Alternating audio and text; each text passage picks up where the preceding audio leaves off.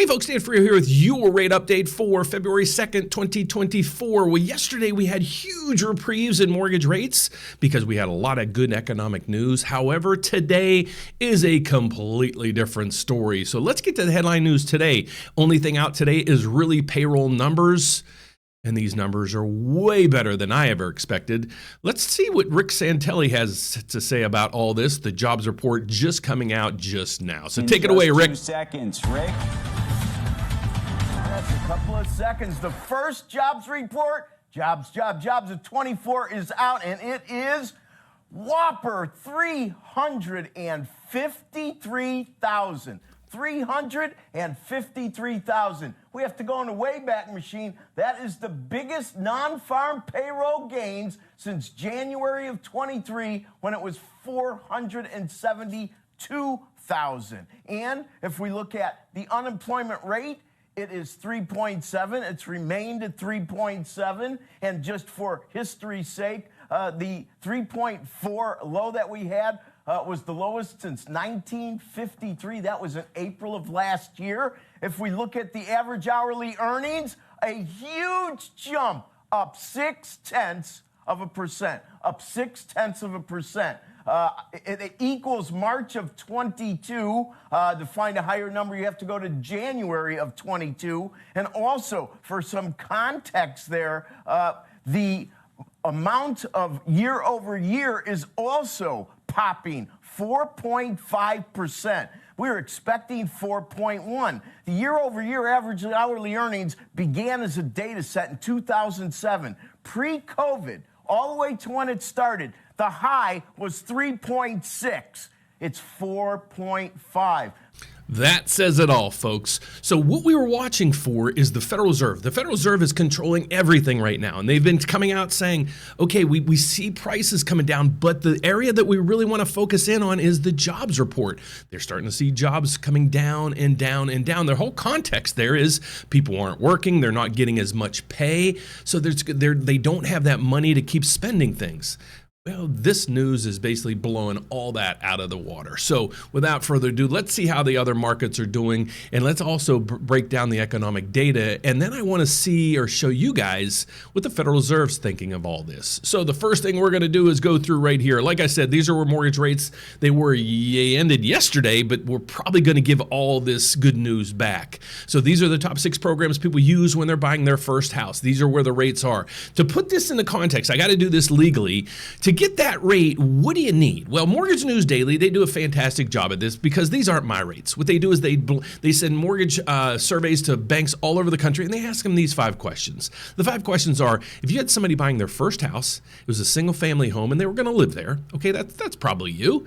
And then they have a 780 credit score, and they're putting down 25%. That's where the rates would be. So if that's not you, well, if that's you, there's where the rates are. If that's not you, I'll give you all my information at the end of this video. I'd love to help you see if you can get into a house in 2024, and maybe can we catch maybe some good interest rates for you guys. So without further ado, let's get to the economic calendar. You guys know the news because Rick Santelli just gave it to us.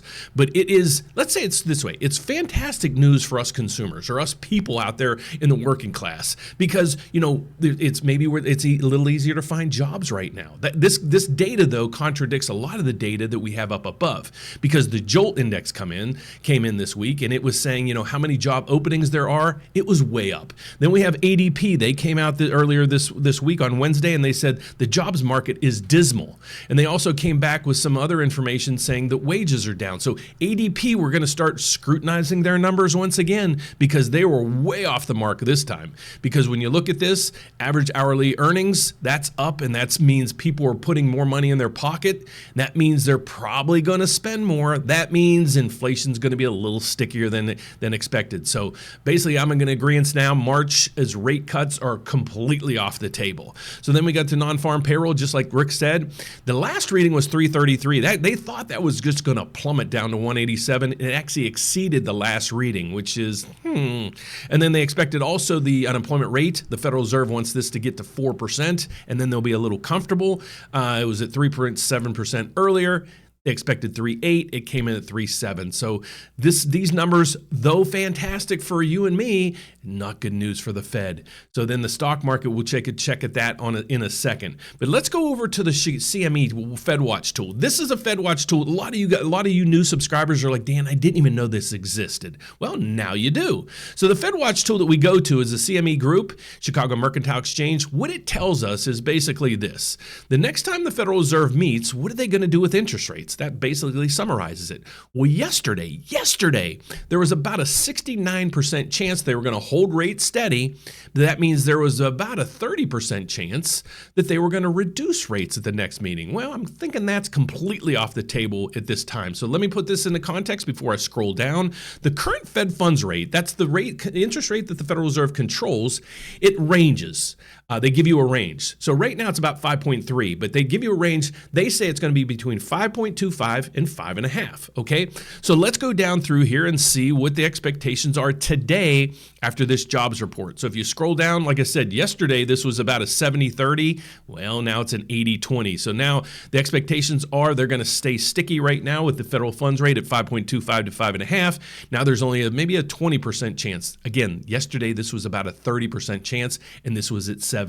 So basically, it's just the strength of the economy, not the economy specifically, but the jobs numbers. And that's really where the Federal Reserve has their laser focus in on right now. So based on all this news, basically the employment numbers, what in the heck's going on in the bond market? It's getting hammered. So this is what I follow on a daily basis, but let's take a little bit of a deep dive into this tool right here. This is what I follow on a daily basis. It's MBS Live. If you're a loan officer, I'd highly suggest you checking in to get this things because it gives you so much data, a little bit more data on the economic calendar than I have in the previous economic calendar right here that you guys can get for free at Bloomberg. But if you go over to the economic calendar here, you can take a deep dive into it, and let's just reiterate these numbers. We start at the top. Average work hours was 34.3. It basically just stayed steady at 34. Average earnings. Now here's the pop that's really like, whoa, this is pretty big. Our earnings, average hourly earnings was at 0.4. They expected it to go down to 0.3. Well, it doubled to 0.3. It came in at 0.6, a hot number. And then here's the big number. Non-farm payrolls. Last reading was 216. Thought it would plummet to 180. It came in at 353. But this one was revised from 216 to 333. So there's always revisions coming in. This is a big miss by the non-farm payrolls. So maybe the job gains aren't as much. We'll watch and see how the markets react to that. And then the participation rate stays steady at 62.5. That means how many people actually put in their votes, I guess, to say. And then the unemployment rate is staying sticky at the 3.7. Expected to go up to 3.8. It stayed sticky at the 3.7. So what we're seeing right now is the bond markets in the mortgage section doesn't like this data. It is right here. So how do you figure out what in the heck's going on with mortgage rates? I don't have a crystal ball. I basically watch the MBS market. I don't watch the 10-year Treasury, but look at that. That number just spiked up on this news. So what this is, we follow this number right here. This is the MBS. It's a bond that trades on Wall Street. Why do we follow that? Well, that bond, the yield on that bond is the biggest piece of your mortgage rate. So if we follow this bond, we're figuring out what the heck's going on with mortgage rates. Here's what you need to know. Here's the price of the mortgage bond. It's 101.16. Then you can see next to it is negative 27. So what I want you guys to understand is how all this works. So how it works is with bond prices is if the price goes up, the yield comes down. Okay, so there's just an inverse relationship. So the bigger that number up or down, the bigger the adjustment to your mortgage rate. Okay, a negative, what does that mean? Well, that means rates are going up. So we're probably going to give back all these gains that we got yesterday. So really terrible news. Well, it's great news for the economy, but it's bad news if we're watching data from the Fed to see what they're going to do with interest rates. So that's my information for today. There was a robust employment numbers. The employment numbers are growing, wages are growing, and this is completely bad news for the Fed and mortgage rates. So let's get over to it. I told you at the beginning of this video, I do this on a daily basis. If those rates weren't yours, how do you reach out to me to figure this out? So my name is Dan Frio. I'm a mortgage advisor licensed in all 50 states as well as Puerto Rico. I work at a federal bank. What that means for you is basically I'm licensed everywhere in the whole country. But the unique thing is we're actually one of the country's largest mortgage brokerages. We're set up with over 70 different lenders at this time. So what that means for you guys, you no longer have to call, all these banks to get quotes from everybody and get pre-approved. We can help you do all that right in-house. It's one application, one credit pool, and we're going to shop your loan up to 70 different lenders. How do you do that? Well, the first step is right up through there, you're going to see an Apply Now tab. Just click that. What it's going to do is a little bit different than most. It's actually going to ask you a few questions. Based on the answers to those questions, I'm going to assign you to a specialist on my team to help you out. But if you're out there and you're like, Dan, can I reach out to you guys directly? I don't really want to go through all the calendar stuff and all that stuff. Yeah, you can give us a call. And if you scroll down to the bottom of this website, you're going to see mortgage calculators, blogs, and all kind of other things. You're going to see our 800 number as well as my email address. Give us a call. 844-775-LOAN, or you can email me at dan@therateupdate.com. And yes, it is me that you're emailing, and it will be me that's answering those questions for you. So that's it for this week, guys. God bless. Hope you have a fantastic weekend. Hope to see you here again next week. Take care and have a fantastic day. If you haven't yet subscribed, please make sure you do that right over there. Take care. Have a fantastic weekend.